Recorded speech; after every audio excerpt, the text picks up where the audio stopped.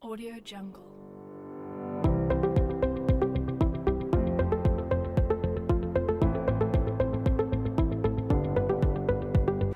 Assalamualaikum warahmatullahi wabarakatuh. Baiklah, kami dari kelompok 5 akan mempresentasikan tentang penipuan komputer terkait dengan mata pelajaran Sistem Informasi Akuntansi.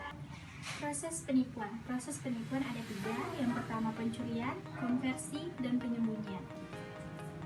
1. Pencurian sesuatu yang berharga seperti uang tunai, persediaan, peralatan, atau data. 2. Konversi aset yang dicuri ke dalam uang tunai. Contohnya seperti peralatan atau persediaan yang dicuri kemudian dijual dan dikonversikan ke dalam uang tunai. 3. Penyembunyian kesejahteraan untuk menghindari pendeteksian. Cara yang umum dan efektif untuk menyembunyikan suatu pencurian adalah untuk membebankan item yang dicuri ke dalam akun biaya. Cara lain untuk menyembunyikan penurunan aset adalah dengan cara gali lubang tutup lubang atau yang disebut dengan lapping. Sebab-sebab penipuan atau disebut juga sebagai segitiga penipuan, di mana sisi-sisinya terdiri dari tekanan, peluang, dan rasionalisasi. 1. Tekanan. Tekanan adalah motivasi seseorang untuk melakukan penipuan. Tekanan ini bisa terjadi karena tekanan kehidupan, tekanan ekonomi, atau tekanan dari seseorang. Kedua, peluang. Peluang adalah kondisi atau situasi yang memungkinkan seseorang untuk melakukan atau menyembunyikan tindakan yang tidak jujur. Yang terakhir adalah rasionalisasi. Kebanyakan pelaku penipuan mempunyai alasan atau rasionalisasi bahwa tindakan ilegal mereka dianggap sebagai hal yang wajar. Pelaku penipuan dan mengapa? Ketika peneliti membandingkan karakteristik psikologis dan demografis pada kriminal kerah putih, kriminal dengan kekerasan, dan politik, mereka menemukan perbedaan signifikan antara kriminal kekerasan dan kerah putih. Mereka menemukan sedikit perbedaan antara kriminal kerah putih dan publik. Keputusan mereka banyak. Banyak pelaku penipuan yang tampak seperti Anda ataupun saya. Beberapa pelaku penipuan tidak puas dan tidak bahagia dengan pekerjaan mereka dan mencari balasan kepada pemberi kerja mereka. Sementara yang lain merupakan karyawan yang berdedikasi, pekerja keras, dan terpercaya. Sebagian besar tidak memiliki catatan kriminal sebelumnya. Mereka jujur, memiliki nilai, dan bagian dari mereka dihargai dari komunitas mereka. Dengan kata lain, mereka adalah orang baik yang melakukan hal yang buruk. Pelaku penipuan komputer umumnya lebih muda dan memiliki pengalaman dan kemampuan komputer. Beberapa termotivasi atas dasar penasaran, pencarian dengan pengetahuan, dan keinginan untuk belajar bagaimana beberapa hal dapat bekerja, dan tantangan mengalahkan sistem. Beberapa melihat tindakannya sebagai permainan dan bukan perilaku yang tidak jujur. Lainnya melakukan penipuan komputer untuk memperoleh pengakuan dari komunitas hacker. Sejumlah penipuan yang besar dan tumbuh lebih bersifat predator dan membuat tindakan mereka menjadi uang. Pelaku penipuan ini lebih seperti kriminal kerah biru yang memberdaya orang dengan merampok mereka.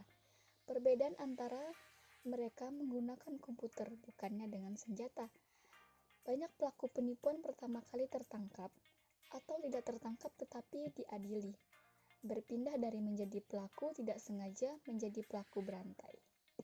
Untuk sebagian besar pelaku penipuan, semua kebutuhan pelaku adalah kesempatan dan cara pandang kriminal yang memungkinkan mereka melakukan penipuan.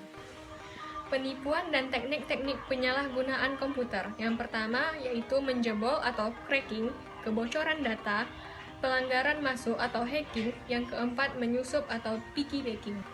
Selanjutnya ada pembajakan software, kuda Troya, yaitu perintah komputer yang tidak sah masuk ke dalam program komputer yang sah. Kemudian ada virus. Selanjutnya ada caching worm, yakni dapat menyalin dan secara aktif memindahkan dirinya langsung ke sistem lainnya. Mencegah dan mendeteksi penipuan dan penyalahgunaan pada komputer. Untuk mencegah penipuan, organisasi harus membuat iklim yang membuat penipuan agar tidak terjadi. meningkatkan perbedaan dalam melakukannya, meningkatkan metode pendeteksian, dan mengurangi jumlah kerugian jika penipuan terjadi.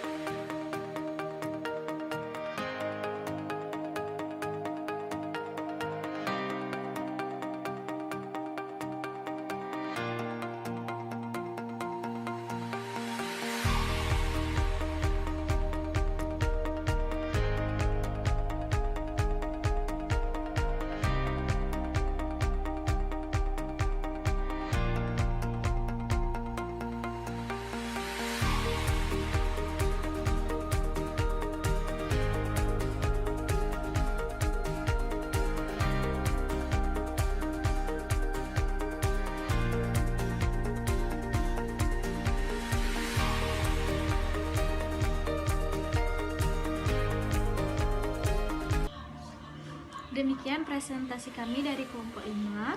Semoga apa yang kami sampaikan dapat bermanfaat dan menambah ilmu pengetahuan bagi teman-teman semua.